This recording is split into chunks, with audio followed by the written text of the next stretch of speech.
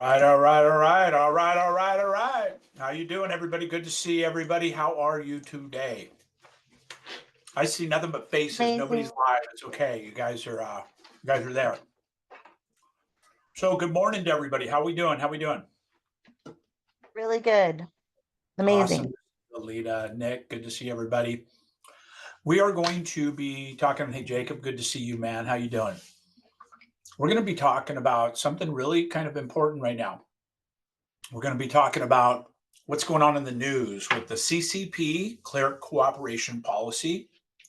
And then, really, the other piece of that is what's EXP's position on it? What's some of the other companies? I'm an EXP agent, so I'm inside that particular example of it. All those broker agnostic, production based call. This affects all of us, and it affects the mindset of how people are doing things as well, which is the key part of this, in my opinion. Right. So when we look at this from a perspective of what is best for the consumer, which is what the clear cooperation policy is all about, right? That's the main focus of the CCP. So when you look at that from that perspective, everything that's been going on with the lawsuits and NAR, National Association of Realtors, all that stuff's going on is the idea of who controls the data and then how you show properties and what's the relationships and all that stuff. Today we're going to be focused on the position of where are they coming from in a position of consumer protection, right? And so again, I'm going to name some companies in this call. It's not meant to disparage anybody. I'm a coach. This is my opinion and my opinion only, right? But from my perspective, what I've gathered, I want to share that with you today, and specifically kind of how this may have just rattled the industry again. There is a Compass specifically. There's a lot of other companies that have dabbled with this, and there's a lot of brokers that follow this philosophy. And it's kind of I think it's an old school philosophy of internal listings, right? We had the ability to have internal listings back when I joined the business in, let's see, 2003. When I joined, I was with Coldwell Banker, and we had office exclusives, right? They were only exclusive to us. And then Windermere came out with exclusives, and now they brand their signs with exclusives. Again, this is just a overreaching brand description of my experience. And we used to have internal listings that stayed there. Now, there's good reason to have internal listings.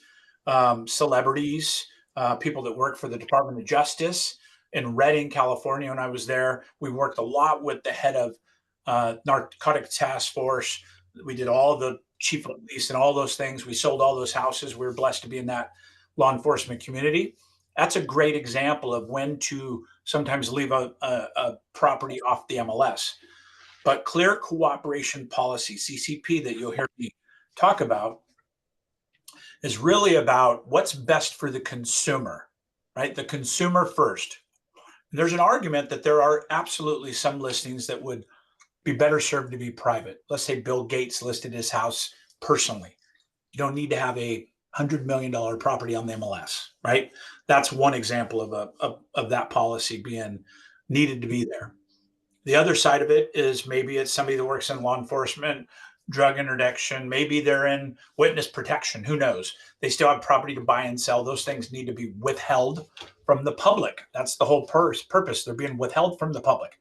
But the argument now with some of the companies leading the way on one side of the fence, and then honestly, EXP is leading from the other side of the fence. This is not a fight between the two. This is just different philosophies that I'm going to be talking about today. So Compass is now promoting pretty heavily their internal listings, and I've talked to a couple Compass agents in the last couple of days to get their opinion of it. They vary. I'm going to share those today. And then obviously I've followed what the CEO of EXP, Leo Pareja, is doing. And the big news this week that I think is important to you is Zillow now came out. I'm going to show you the article in just a minute. Zillow came out and said, we actually are going to, I'm going to mute a couple people that are just not muted, just so we have clean. There we go. I think we're good. If you're not muted, just mute yourself. And then if you want to talk, just speak up. There you go. Thank you. So Zillow came out this week and kind of responded to what was going on with the C.C.P. and said, we are no longer going to allow for the lifetime of the home them to be on Zillow if they're withheld from the MLS. So MLS rules vary state to state, but on an average, it's within the first 24 hours, right? There's some that have 3 days, some have 1 hour throughout the hundreds and hundreds of MLSs. But the bottom line is you can't private market, you can't pocket listing, right? You hear that a lot. You don't hear it as much anymore, but pocket listings, I got it in my pocket. It's not in the world. It's not on the MLS. Zillow came out and made a very bold statement. It started with EXP announcing that they were going to partner with Zillow in this, that every single listing goes active. There's nothing private, and they're on the same page with this, right? And so Zillow came out this week and said that any promotion, your own website, a sign in the yard, an email, anything that is away from the public's view of being able to see that property is considered a pocket listing or a private listing. It will no longer be allowed on Zillow now or in the future. So that penalizes pretty significantly the seller in this particular claim. And now yesterday, Redfin jumped on and said, we're doing that as well. And now Redfin and Rocket recently partnered. And so we're talking about the number one and number two and number three sites in the nation are all going down this direction, right? And it's so interesting. I've got to be honest with this. It would be out of integrity if I wasn't. I've been on multiple sides of this through the years. I've been on multiple sides. When I got into the business in 2003, like some of you I see on the call, Zillow was amazing. Everybody wanted Zillow. We were fighting for zip codes, and all of a sudden they became the antichrist because Zillow all of a sudden controlled all of our data. We gave it to them, right? We allowed them in all the MLSs throughout this chain of time. I can see a couple nodding heads of the people who have been around a long time. And we gave them all the data. And then all of a sudden it became the number one search engine selling our leads back to us, right? We list the house. We put our listing on Zillow. Zillow says, good job. By the way, we got a lead over here we're going to sell back to you, right? And through transition, that's gone everything from premier agents to now flex teams to really a transitional component throughout Zillow to where now they're really focused on flex teams primarily, right? It's hard to have traction in Zillow. Again, speaking from my experience from a coaching perspective, 10 years, blah, blah, blah. But it's hard to get traction as a single agent unless you're in Zillow Flex or somewhere around that environment. That's the direction Zillow's going. And it moves away from the, the single agent paying $150, $200, $300 per lead to now a transactional based commission split. So they get a 25, 35, 50% referral fee in that transaction. And it's pay when closed, which agents are typically much more receptive to do. But what I want to do is I'm going to show you a couple of documents. We're going to go through those together. I'm going to leave a little time for Q&A. At the end of this coaching call, I want you to say, okay, I understand what this is now at a higher level. And if you have more experience than me, I'm telling you, this is fairly new for all of us, but I take pride in trying to be in front of these things. I want to hear your beliefs if you're educated on it and you have something to share, right? Not just an opinion necessarily, but we'll Q&A it, okay? But as we go, I want to take you to, first of all, the policy that came out. I think these kind of go in order, if you will, okay? So first of all, the policy that came out, and let me see if I can move this over here. So the first I heard about it was this week on Monday of last week. I apologize. When Leo Pareja, which has been an outspoken voice for C.C.P. and all the things along that line from the lawsuit. When the lawsuit came out, we came out and basically said, we're just not compensating buyer agents anymore. It's the listings, the seller's responsibility to compensate them, not the listing agent. So we decoupled the transaction between seller agent, buyer agent. That happened as an industry, but a lot of confusion, a lot of companies were in the middle. Leo came out and said, our new agreement with Zillow ensures all EXP listings are readily available and contributes to a more efficient and transparent marketplace. This partnership is about creating value and trust, which are essential in today's rapidly evolving real estate landscape. So he came out Monday before anybody mentioned anything about this and said, we're partnering with Zillow to make sure every single listing is there, and Zillow's belief is aligned with ours, right? So I talked about that Zillow kind of transitional period through all these things. 10 years ago, agents were really on the Zillow hate bandwagon, in my opinion, from a coaching perspective, right? It was the it was the tough thing over here that nobody wanted to be involved with, but there's still these relationships we need to do. Zillow's kind of coming back around full circle now, really advocating to show all the properties. And there might be reasons for that, but I like what Leo came out and said. And then, so what happened is this week we started getting some of these policies coming out. Now, Consumer Policy Center is it's basically I don't know what you want to call it. It's kind of like a institution that's looking at the laws and research and all this stuff about what's going on with consumer protection, anti-consumer private listing networks, C.C.P, all the things, right? So basically it says on Zillow, I'm going to just paraphrase it, but on Zillow, on Washington, D.C., on April 10th, Zillow announced that beginning in May, it will no longer list properties from private listings of brokers who are publicly marketing them. This market includes social media, emails, yard signs, everything, right? No pocket listings. This initiative represents an effort to stop or at least slow down the efforts of Compass and other big brokers to dominate the residential brokerage industry and disadvantage consumers through private listing networks. Private listing networks limit buyers' access to homes and sales and blah, blah, blah. And it's disadvantageous to choices that most sellers, including Consumer Policy Center, Wendy Glitch, talked about, right? So in a highlight, they're talking about this. It's almost kind of a turf war between ideology of should we be allowed more flexibility to do pocket listings when the seller supposedly wants it, right?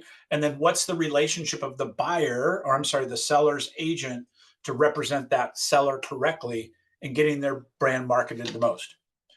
There's been multiple studies that Zillow has done. You could look all of the stuff up I'm talking about. Multiple studies by Zillow and other industry leaders that the seller is at a disadvantage when it's not on the MLS. They just don't get as much money for it. There's proven, like they looked at, I think it was like 100 million listings or something ridiculous. And then Compass did their own study and said that they came out with the opposite, right? And this is somewhat in this article. And by the way, I will post these articles in the chat for you. So if you want to look them up, I'm happy to help with that. So that's the first one. I just want to be transparent. I'm going to post it into the chat. If you want to copy it, save it for later, whatever, read it for now. It's all good. But I'm going to keep rolling. But it's talking about how Compass specifically as a company is looking to promote double ending their transactions from a off market thing, right? And they're talking about days on market being really, really important, and some of the other things that the MLS has rules and guidelines around. All right. So the other thing that came out was yesterday, April 14th, Redfin takes its own stand against C.C.P delayed listings as well. Redfin is not posting listings that have been publicly marketed before being shared onto the MLS and IDX feeds. Now, I'm not part of Housing Wire. I don't have the whole article, but I want to share that with you. And there's ways to look at the article. Just Google it. You'll find the article for free without registering for Housing Wire and so on. I'm part of several others, but just not particularly Housing Wire. But the nuts and bolts of this was Redfin may have been acquired by Rocket, but they still operate large listing portal and doesn't want the industry to forget it too has skin in the debate surrounding National Association Realtors clear cooperation policy. According from a statement from Redfin, Redfin will not publish any listings that have been publicly marketed before shared with all real estate websites via the MLS. So again, now we have Behemoth Zillow, we have Behemoth Redfin, Rocket recently acquired Redfin. Rocket's also acquiring the largest, I think it's one of the largest, top 3 mortgage servicers in the nation. So there's these huge players coming into this saying, we want the data to be on the MLSs, right? So we have NAR that people have taken sides on as well, National Association of Realtors and their policies. And then we have what's best for the particular seller, what's best for the industry from a buyer side and a seller side. I think another notable article that just came out was, and it's fairly unrelated, but it came out yesterday as well. And they tried to sell their home without a real estate agent. Here's how it went. There's two stories in here. The first story is great. They were well educated. They had just used an agent and they sold their home on their own and they were happy. And then they had, one of the bad stories that talked about how the agent kept it off the MLS. It wasn't available and all the things. So there's obviously two trains of thought to this. I just want to give you an example of what I've been reading as far as what's going on with this. I'm going to copy this and put it in chat too, just to be fair. Okay. So that's a CNN article that talks about the pluses and minuses of this. The other thing I'm going to share private, I was emailing and communicating with a good friend of mine that's a Compass agent. And I said, I want to be neutral from a coach's perspective so I can coach and aid and train and communicate effectively. What's your take on it from your side? I expected like there to be an obvious posture that is valuable, right? And I'm going to show you this with respect to them. So I'm not going to show you who it came from and so on, but I want to show you a couple of things. So first of all, he sent me this article that was a Friday flash, and it's a conversation from a guy named Brian Borrero. He's in Portland area, and he is, he has 1,000-watt information. I think it's 1,000-watt companies or something, but they do real estate related information similar to Housing Wire and some of the others. But I thought it was really interesting because he talks about, and I'll kind of read through this real quick. So yesterday, Zillow announced the listings market publicly, but off the MLS will not be allowed on Zillow, right? This includes Compass Private Exclusives, which is their program they're talking about, which are effectively marketed publicly in the aggregate to drive buyer engagement. Under the new policy, listings start here and will never make it to Zillow's apps or websites, ever, okay? This is a bold move, and just like Compass's intense private listing push, this is entirely understandable from a business perspective. To point out that everybody involved is motivated by financial self-interest is to belabor the obvious, right? And while it is true that the lens of financial self-interest has been fogged up here with lots of panting about principles, the self-interested party can also be right on such a principle. Two things can be true at once. Imagine that. Anyway, here's his thoughts. This is just his individual thoughts, and he's a thought leader in the real estate space. My thoughts went immediately to the listing agent seller conversations that will now take place and contortions they will require. So I started writing one out, a completely made up one imagined by me, right? We join our listing agent and seller midstream. Now, if you choose, there's kind of a dialogue here, right? Objection handling. Now, if you choose to go with the 3-phase marketing system for your home, one thing is your home won't show up on Zillow. So this is where we start with, wait, hold on, what? Not on Zillow? Oh, it's not a big issue because we're going to get it on homes.com, which is the competitor to Zillow. And yes, it's like Bing for houses, right? Google, Bing. And what's Bing? Never mind. The point is, why won't Zillow show my home when we do this 3-phase listing? Because Zillow is trying to limit your choice as a seller. But why would I choose to have home not show up on Zillow? Because Zillow exposes you to the days on the market. That is what we call a negative insight. What? Meaning if people see that your home stays on the market too long, that's a problem. Why would my home stay on the market too long? Okay, well, let's look. This is really about testing a price and gauging demand. But aren't you supposed to be the expert? Why can't we just price it right out of the gate? Or maybe you ask some of your colleagues for their opinion before we go forward. I totally am. I will. It's just that, let me say this. You know how you can buy a Gucci handbag in a Gucci store, right? Making something feel exclusive drives interest, makes it special. See, my home is not a handbag. No, I know it's an analogy, but got that. But Zillow, yeah, it's got to be on Zillow, right? But it will be teased on compass.com as private exclusive, meaning coming soon. This will build interest and allow you to test the waters for demand. I'm talking about selling my house, not testing the waters. This seems complicated. And then not until phase 3. This is kind of what their argument is. But don't all realtors use the MLS? Yes, we do. But putting your home on the MLS can jeopardize your privacy. But I'm leaving my house. What's the whole point? Who cares? what this is really about, your rights as a homeowner. No one's standing up for you, and who is the National Association of Realtors tell you how you can and cannot sell your home, right? So they go through this dialogue, and it's like, okay, National Association of what? This all seems really confusing. I just want to sell my house. And all I know is it seems like not being on Zillow is kind of dumb. I understand, but many companies test products with a smaller audience prior to launch, right? Comma. This is not a test. I understand. I'm not sure you do. So that's kind of a dialogue how this can go with sellers when they don't understand how this benefits them. And the other kind of important part of this, and again, this is strictly, I cut out everything so you can't see anything. This is a dialogue between him and I.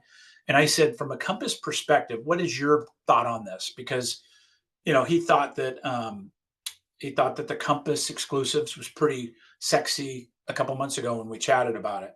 And he said, "Hey, coach, not sure what article you're referring to. I was talking about these two I just showed you, but probably relating to the Zillow Redfin plan, not including Compass listings in their sites if they're first listed on Compass Private Exclusive. I'm against Compass's plan to privatize their listings in favor of their agents and attempt to double end the transactions. I believe it's not in the best interest of the consumer without full exposure and availability to all buyers. There's a way the sellers can get the best prices for their home. How about you?" So that was a question for me, right? And again, that was a private dialogue between him and I. So I removed all the things that would relate to that, but it was really valuable for me because that's what I was thinking in my mind. How can the Compass agents feel like they're best serving it? It felt like when I was back in the Coldwell Banker days when we had the internal office listings only, they were pocket listings, and you had to call a Coldwell Banker agent and then went to the up desk, and to get that access to that information, even agents would call, and then we'd say, "Hey, were we cooperating or we're not cooperating?" Right? So when I look at this clear cooperation policy, the CCP, I believe that there are going to be companies in the future that are in the next class action lawsuit if they do, in fact, go the direction of keeping listings away from the MLS, even if it may be circumstantial to a specific seller, right? There are absolutely times that a seller should withhold their information, like I discussed in the beginning of the call. But this is my take on it, right? This is for communication and maybe even argumentative sake. But I want to open it up for Q&A. I'm going to look at the chat so I can answer anything that might come up. But I thought this was a relevant and important topic to have in my weekly coaching calls because this happened all in the last 6 or 7 days. And I do think there's going to be a lot of misunderstanding in the market between competing companies about what this messaging means and how some companies are handling this. I don't know exactly what companies. I've heard of several that are following the ideology of Compass on this versus the ideology of the others. And so I'm not casting stones. I just want to have a conversation. Stephanie, yes, ma'am. How are you doing? Good to see you. There we go. Hi. Yep. Hello. Hey, I'm sitting in the driveway in front of a listing appointment. So Yeah. Yeah. thanks for the time. So we have EXP exclusives, which is I've used it as a kind of a coming soon platform. That's part of my marketing plan in my listing presentation. What do you think is going to happen to that platform? Leo talked about that. It is every listing will get onto the EXP exclusives, which is basically our Zen list, right? Our Zen list is our national database that's kind of like EXP exclusives. The idea with that is so we'll have a national operation of an MLS type formatted data, but the data will all be shared to the MLS unless there's an exclusive withholding of the MLS for a specific reason, right? That still exists amongst all brokerages, just so you know. There's just brokerages that are taking the posture that they're going to private market exclusive everything from being on the MLS. And that's what Zillow and Redfin, listen, they have Zillow and Redfin have the power, right? Because they're so big and behemoth. The NAR has already said that's not accurate. It should not be exclusive. It needs to be on the MLS. That's part of the MLS rule. But that's why there's companies moving away from NAR through this process of this CCP. My belief is, I think people will look at ZenList that we purchased, EXP did, and also the EXP exclusives as an argument to say, well, they have it, we have it. I heard from Leo the other day, and I probably can't repeat it perfectly, but he said, all of our listings are syndicated, period, end of story. We want to market it everywhere. He's at the top of the mountain yelling this from a EXP perspective. And he said, we will lead the way in preserving the consumer first, right?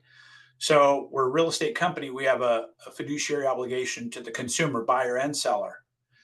And there is just enough data now to show that, and it seems logical and even, normal, that if you expose it more, you're going to get more dollar for that particular property. Hopefully that answered your question. We do not have an off-market category. I thought it was that as well. I thought ZenList and the EXP exclusives was that. He said it's not that. He said that it has to be posted within 24 hours. Oh, okay. Well, thanks for the clarification. I guess I've been lying to everybody for a while now. That's the reason for this, is because this is still a fluid moving thing. You haven't been lying, Stephanie. You have the information that you have today. So do I, right? I have a different perception today than I did 2 weeks ago.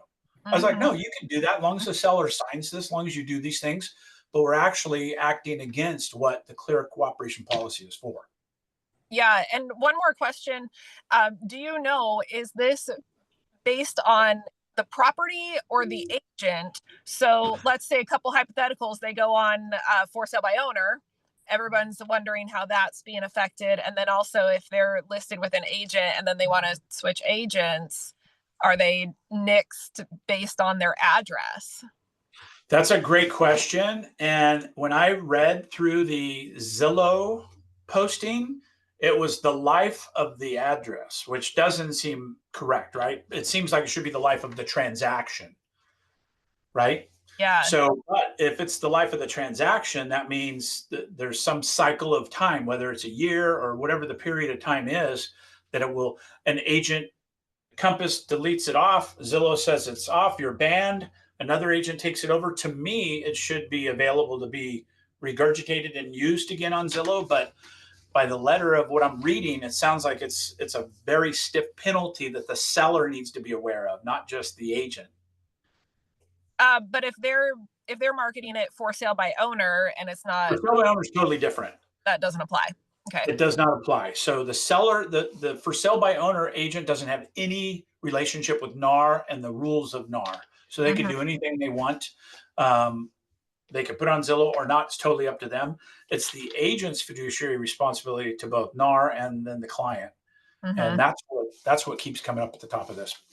Okay, awesome. Thanks, Randy. Got to go to my and more to follow. Obviously, you're in my personal company and organization. We'll be putting out much more about this as we go. But I thought it was so fresh. Some of these things came out yesterday, like I said.